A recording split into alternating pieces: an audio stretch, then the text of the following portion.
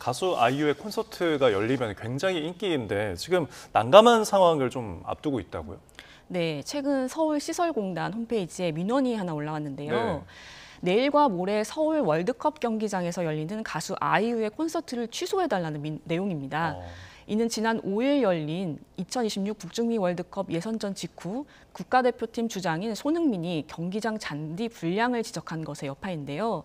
대한축구협회는 상암 잔디 상태가 개선되지 않으면 10월 이라크전 홈 경기장의 변경도 검토하고 있다고 합니다. 네. 이 같은 민원은 국민신문고와 서울시 응답소 등에도 여럿 올라왔는데요.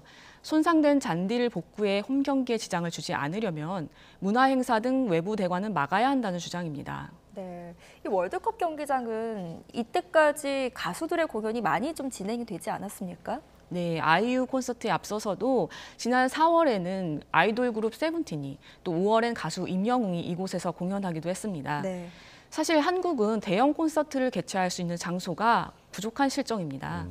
이전까지는 잠실 종합운동장 주경기장이 공연 장소로 애용됐지만 지난해 8월부터 리모델링 공사로 대관이 중단된 상태입니다.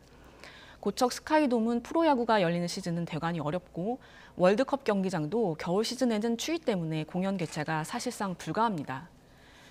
현재 서울에서 1만 명 이상 수용할 수 있는 공연장은 사실상 K스포돔 하나 정도밖에 없는 상황입니다. 예. 여기에 잔디 상태가 나빠진 원인을 꼭 공연 개최 때문만이라고 보기는 어렵습니다. 해외에서도 경기장에서 공연 등 행사 개최를 병행하는 경우가 많고요. 전문가들은 관리 문제, 잔디 품종, 기록적인 폭염 등을 원인으로 거론하고 있습니다. 실제로 우리와 기후가 비슷한 일본의 경우 여름과 겨울을 모두 견딜 수 있는 품종 개발 및 전문 관리 인력 육성 등 투자를 아끼지 않아 한국보다 양호한 잔디 상태를 유지 중인 것으로 알려졌습니다. 네, 국내 경기장의 잔디에 대한 이야기들은 늘 나왔었는데 결국은 이 잔디 관리 소홀에 대해서 말이 나오는 거는 관리 주체인 좀 서울시설공단이죠. 이곳에 대한 입장도 좀 궁금한데요. 네, 서울시설공단도 난감하긴 마찬가지인데요. 네. 잔디 관리 등 장비에 투자하기 위해선 수익성을 간과하기 어려운데 문화예술 행사의 경우 경기장 사용료보다 단가가 높기 때문입니다. 예. 다만 수익성과 무관하게 축구 경기를 대관 1순위로 하고 잔여 일정에만 기타 행사를 대관하고 있다는 입장이고요.